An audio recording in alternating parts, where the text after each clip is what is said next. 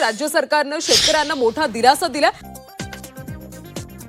पण राज्य सरकारच्या वतीनं 31,628 कोटी रुपयांचं पॅकेज हे आपण या ठिकाणी देतो आहोत की ज्या माध्यमातून 31,628 कोटी एवढं पॅकेज म्हणजे जवळपास 32,000 पर्यंत हे पॅकेज चाललेलं आहे। अशा 32,000 कोटी पर्यंत अशा प्रकारचं हे पॅकेज या ठिकाणी आपण दिलेलं आहे। शेतकरी बांधवांसाठी अतिशय महत्त्वाची बातमी आता समोर आली आहे। हो शेतकरी बांधवांनो, पहा तुमची प्रतीक्षा अखेर आता संपत आहे, कारण पीक विम्याबाबत सरकारच्या माध्यमातून मोठी बातमी समोर आली आहे। मुख्यमंत्री देवेंद्रजी फडणवीस यांनी राज्यातील शेतकरी बांधवांसाठी एक अतिशय महत्त्वाची घोषणा आज मंत्रिमंडळाच्या बैठकीमध्ये केली आहे। पीक विमा वाटपाची प्रक्रिया मोठ्या योगाने सुरू करण्यामध्ये आली असून पहिला टप्पा आजपासून अंमलामध्ये आला आहे। हो शेतकरी बांधवांनो, जो काही पहिला टप्पा रखडला होता आणि शेतकरी बांधवांना पीक विमा भेटला नव्हता, तोच पीक विमा आता शेतकरी बांधवांच्या खात्यामध्ये जमा करण्यासाठी आज मुहूर्त लागला आहे। बघा, गेल्या कित्येक वर्षभरापासून मुहूर्त लागला नव्हता, परंतु आज सरकारच्या माध्यमातून मुहूर्त लागला आहे आणि शेतकऱ्याला दिलासादायक बातमी ही म्हणावी लागेल। अनेक दिवसापासून थांबलेली रक्कम जी काय रखडली होती ती अखेर आता सोडली जात असून पुढील 3 तासामध्ये निधी थेट शेतकरी बांधवांच्या खात्यामध्ये जमा होणार आहे। हो शेतकरी बांधवांनो, अतिशय मोठी खुशखबर आता सरकारच्या माध्यमातून दिली आहे आणि शेतकरी बांधवांसाठी आनंदाची बातमी आल्यासारखं झालं आहे, कारण की गेल्या कित्येक वर्षापासून तुम्ही वाट पाहिली आणि अखेर त्या पीक विम्याला सरकारच्या माध्यमातून मंजुरी भेटली आणि त्यावर सिक्का सुद्धा मोबर्द झाला आहे आणि शेतकरी बांधवांना चांगलाच दिलासा आज मिळत आहे। परंतु थांबा शेतकरी बांधवांनो, तुम्हाला वाटत असेल की तुम्हाला देखील पीक विमा मिळणार, तर सरकारच्या माध्यमातून स्पष्टपणे सांगण्यामध्ये आलं। पहा, या ठिकाणी सरकारच्या माध्यमातून वेगवेगळ्या याद्या आता लावण्यामध्ये आल्या। बघा, हे वितरण महा-डी-बी-टीच्या अंतर्गत पार करण्यामध्ये येणार आहे, त्यामुळे सरकारने आता डायरेक्टली याद्या लावली आहे आणि आज शेतकरी बांधवांनो, पहिल्या टप्प्यानुसार 15 जिल्ह्यामध्ये वाटप करण्यामध्ये येत आहे। हो, सरकारच्या माध्यमातून 15 जिल्ह्यासाठी वाटप आता होत आहे आणि मोठी आनंदाची बातमी आता सरकारने दिली। या 15 जिल्ह्यामध्ये जर काय तुमचं नाव येत असेल तर तुमच्या खात्यामध्ये रक्कम ही जमा करण्यामध्ये येत आहे। सरकारने स्वतः आता महत्त्वाचा निर्णय आता घेतला आहे। तर मग शेतकरी बांधवांनो, फक्त 1 मिनिट व्हिडिओ लक्षपूर्वक बघा, कारण अगदी 1 मिनिटाच्या आतमध्ये आपण जिल्ह्याची यादी पाहून घेत आहोत। बघा, राज्यातील एकूण 15 प्रमुख जिल्ह्यातील शेतकऱ्याला या टप्प्यामध्ये मोठी मदत देण्याचा निर्णय घेण्यामध्ये आलेला आहे। तांत्रिक कारणामुळे प्रक्रिया काही काळ अडली होती, मात्र आता ती जलद गतीने राबवण्याचे आदेश देण्यामध्ये आले। पात्र शेतकरी बांधवांच्या खात्यामध्ये डी-बी-टीद्वारे ही रक्कम हस्तांतरित होत आहे। आता शेतकरी बांधवांनो, तुम्हाला डी-बी-टीचा नियम माहीत आहे का? बघा, जर तुम्हाला डी-बी-टीचा नियम माहीत नसेल तर लक्षामध्ये घ्या, डी-बी-टीच्या माध्यमातून संपूर्ण महाराष्ट्र राज्यामध्ये एकाच वेळी वितरण करणं अशक्य आहे, त्यामुळे सरकारच्या माध्यमातून वेगवेगळ्या याद्या लावण्यामध्ये आल्या आहे आणि आज 15 जिल्ह्याचा नंबर देखील लागला आहे। आता शेतकरी बांधवांनो, 15 जिल्ह्याची यादी पाहणं अतिशय महत्त्वाचं ठरत आहे।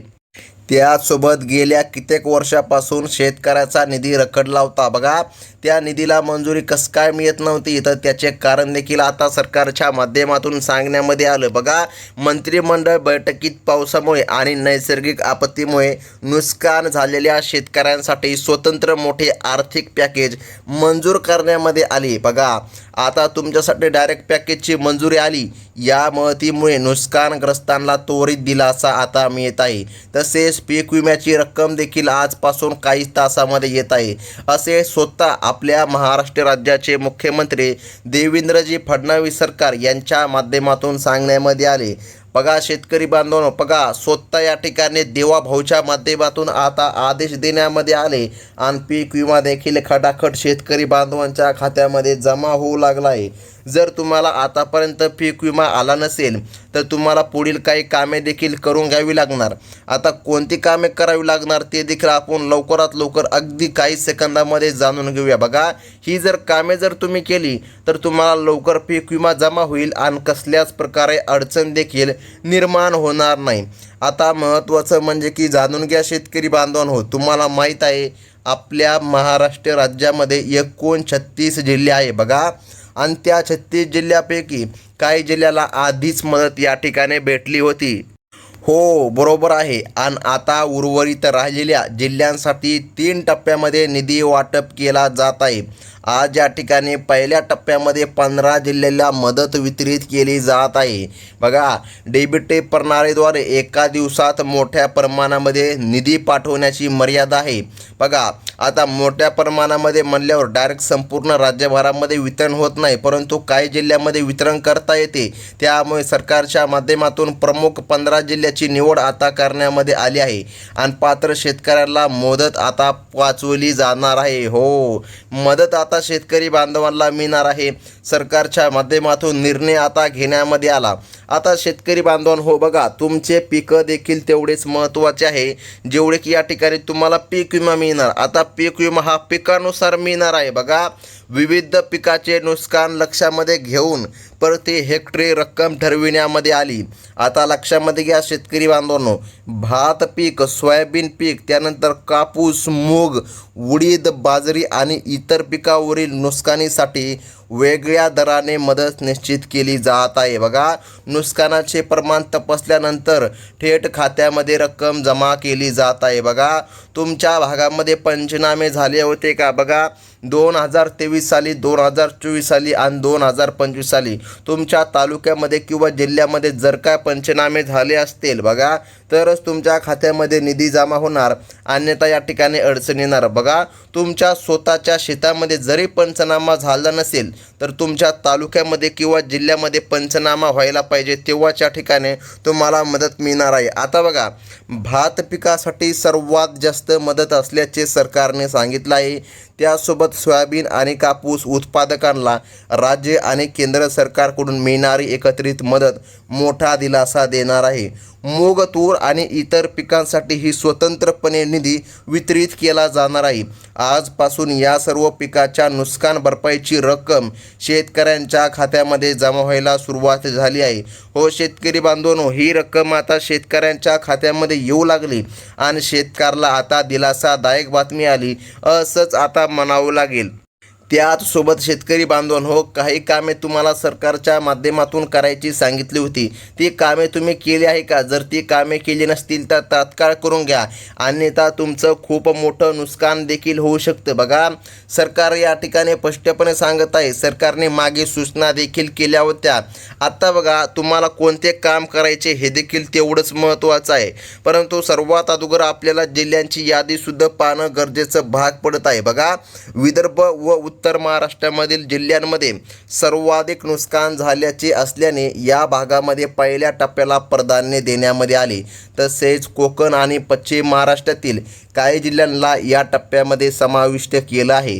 सर्व जिल्ह्यांना स्पष्टपणे आदेश देण्यामध्ये आले असून रक्कम या ठिकाणी काहीच तासामध्ये खात्यात आता दिसणार आहे. हो शेतकरी बांधवांनो, अगदी काहीच तासामध्ये शेतकरी बांधवांच्या खात्यामध्ये रक्कम ही जमा केली जात आहे आणि शेतकरी बांधवांना आनंदाची बातमी आली असं म्हणायला आता काहीच हरकत पडणार नाही.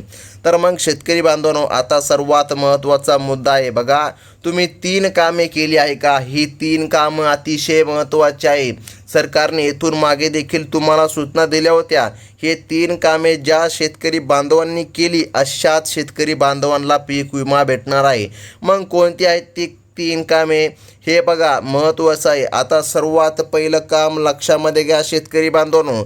सर्वात पहिलं काम आहे ती म्हणजे की EKYC. हो, EKYC जर काय तुम्ही केली असेल तरच तुमच्या खात्यामध्ये रक्कम मिळणार आहे असं सरकारने स्पष्टपणे सांगितलं आहे. त्यानंतर शेतकरी बांधवांनो, दुसरं महत्त्वाचं काम म्हणजे की लक्षामध्ये ठेवा, तुमचा मोबाईल नंबर तुमच्या बँक खात्याशी जोडलेला पाहिजे. हो, तुमचा आधार लिंकिंग पाहिजे, तुमचा मोबाईल नंबरसुद्धा तुमचा बँक खात्याशी जोडलेला पाहिजे.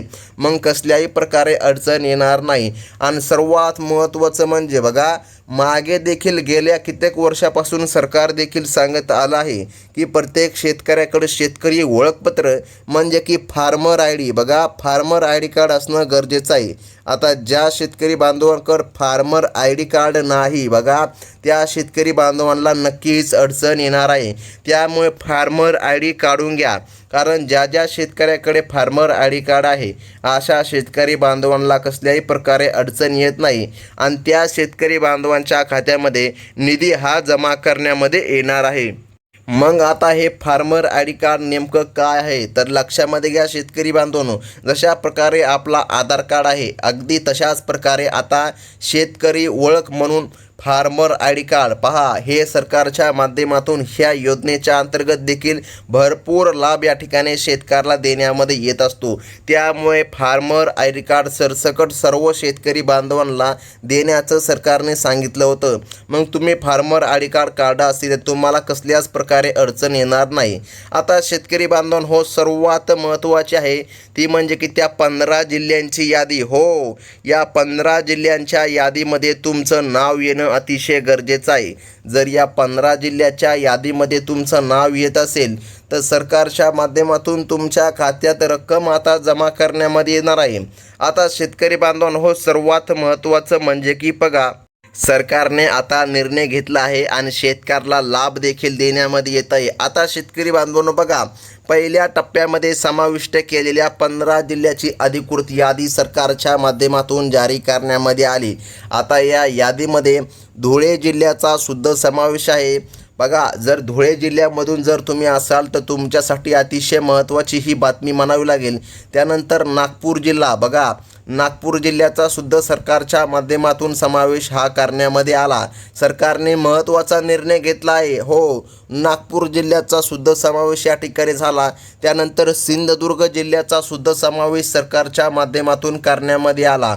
त्यानंतर शेतकरी बांधवांनो बघा, धुळे, सिंधुदुर्ग, नागपूर आणि हे जिल्हे झाल्याच्या नंतर नाशिक जिल्हा, हो नाशिक जिल्ह्याचा सुद्धा समावेश आहे. त्यानंतर लातूर, त्यानंतर चंद्रपूर, त्यानंतर गडचिरोली आणि शेतकऱ्याचा जिल्हा म्हणजे की बीड जिल्हा, हो बीड जिल्ह्याचा देखील समावेश आहे.